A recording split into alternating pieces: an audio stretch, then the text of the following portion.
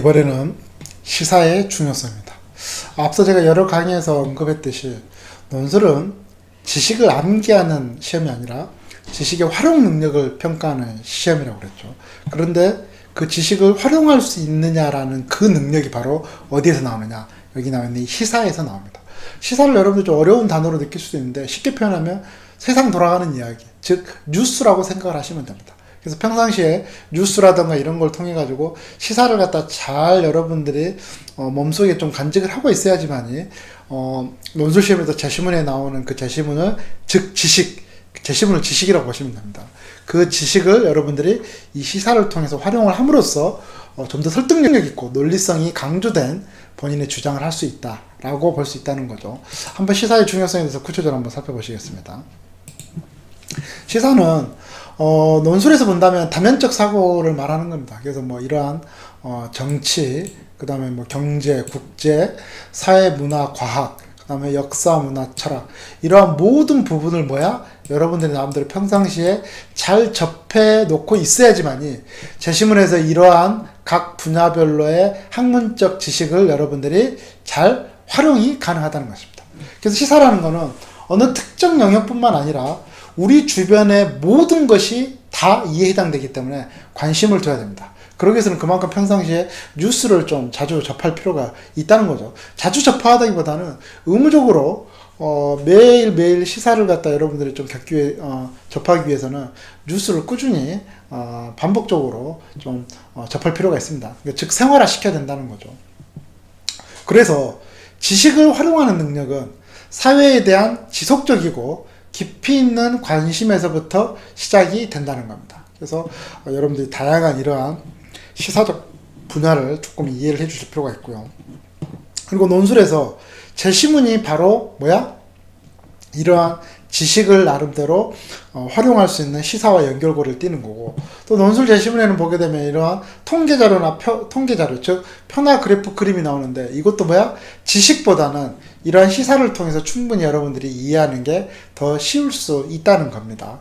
그래서 제가 오프라인 강의에서도 항상 강조하는 게 다른 책을 많이 읽으라는 소리는 하지는 않지만 반드시 매일매일 시사를 접하는 것은 여러분들의 자기 주장을 설득력 있게 만드는 데서 굉장히 중요하다. 제가 이렇게 누누이 말씀을 많이 드리고 있습니다. 그만큼 중요하다는 것이겠죠.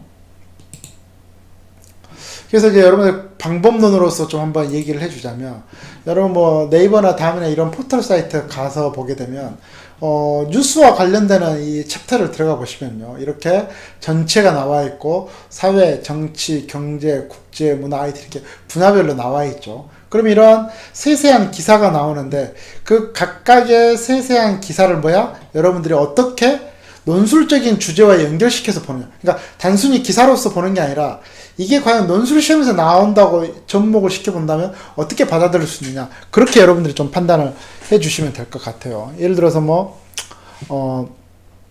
한겨레 신문에서 삼성의 포탈 장악에 대한 의혹 보도가 나와 있다. 그러면 이러한 세세한 기사로서 보는 게 아니라 그거를 자본과 언론의 유착, 그 다음에 학교 폭력 사건이 있으면 폭력과 교육, 그 다음에 어느 두 국가 간에 국교가 단교됐다. 그러면 종교와 국제사회, 그 다음에 추경 심사를 했는데 그걸 단순 뉴스로 보는 게 아니라 공무원과 일자리, 그 다음에 사법개혁을 시동했다. 그러면 법과 사회, 그 다음에 트럼프 케어, 오바마 케어하고 반대되는 트럼프 케어 이런 걸 기사를 갖다 접하게 되면 복지와 이념, 그 다음에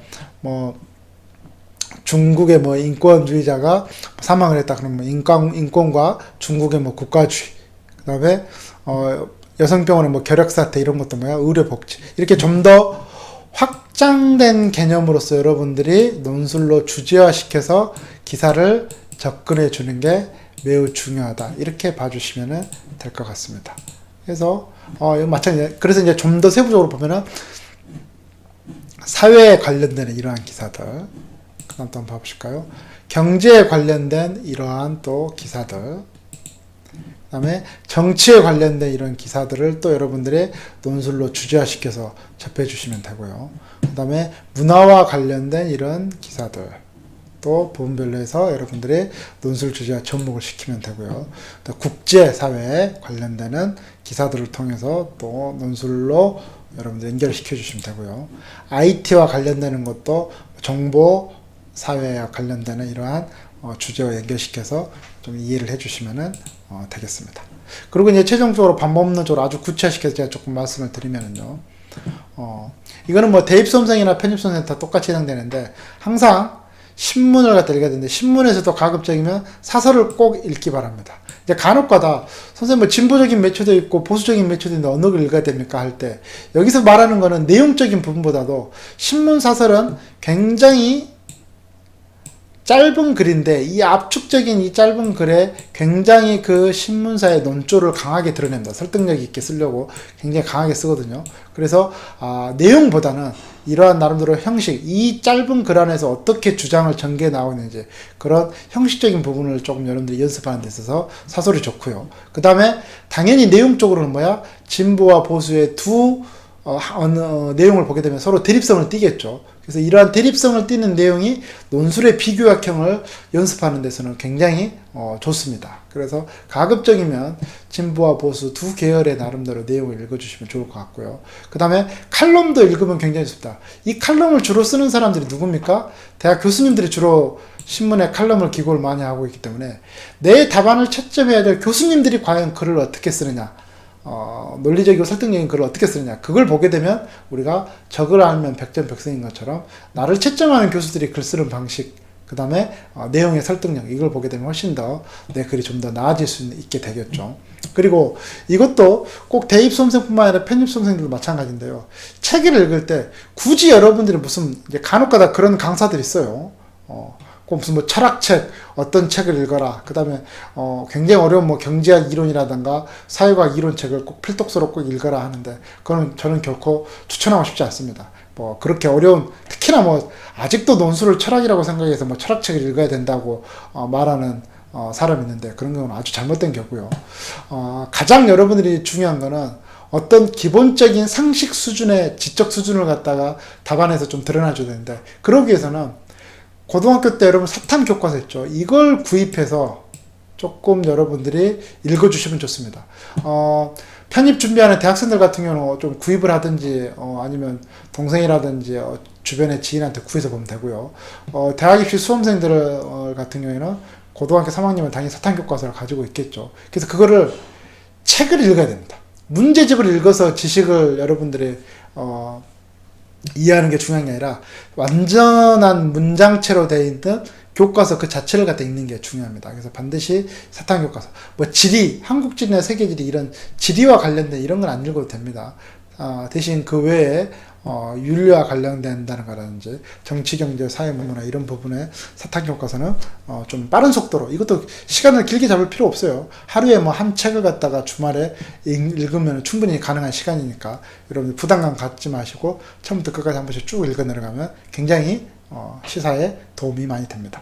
그리고 이제 굳이 여러분들이 특정 어떤 도서를 갖다 읽는다 그러면, 논술에서는 자본주의 사회를 갖다 얘기하는 데서 이 경제학이 나름대로 중요한 의미를 띠는데, 이 또 경제학을 중요시한다고 해서 여기에 관련되는 전문 서적을 읽게 되면 너무나 어렵습니다.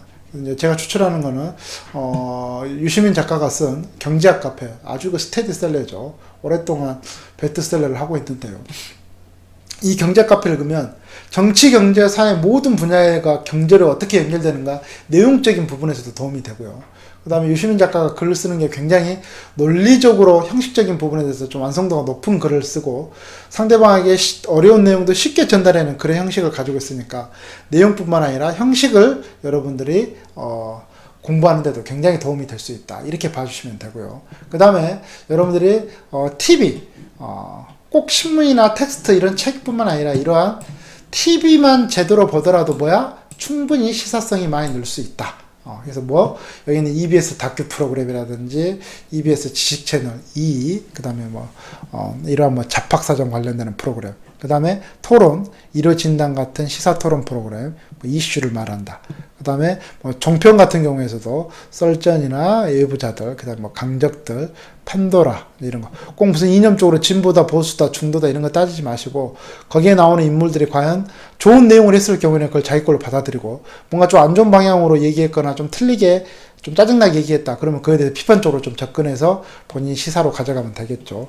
그 다음에 이러한 탐사 프로그램, 스포트라이트라든지 그것이 알고 싶다. 그 다음에 다큐, SBS 스페셜, MBC 스페셜, 뭐, 지금은 안 하고 있는지 모르겠는데, 뭐, 2580 이러한 나름대로 시사 프로그램, KBS 스페셜 다큐멘터리, 그 다음에 이러한, 아주 시사적인, 보도 접근 프로그램이죠. 뭐 창이라든지 그다음에 이런 세계는 지금 이런 걸 통해서 국제적인 거 추정 60번 이런 걸 통해서 여러분들이 TV만 제대로 잘 효율적으로 접근하더라도 시사에 대해서 굉장히 방대한 양을 여러분들이 섭렵하는 게 가능하다. 이렇게 봐주시면 될 것 같습니다. 그래서 제가 굉장히 구체적으로 이러한 프로그램까지 제시를 해줬는데요.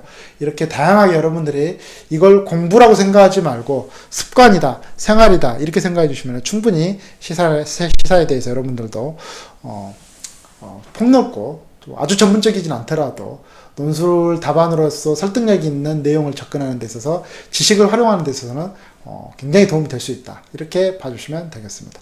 이번 강의는 여기까지입니다.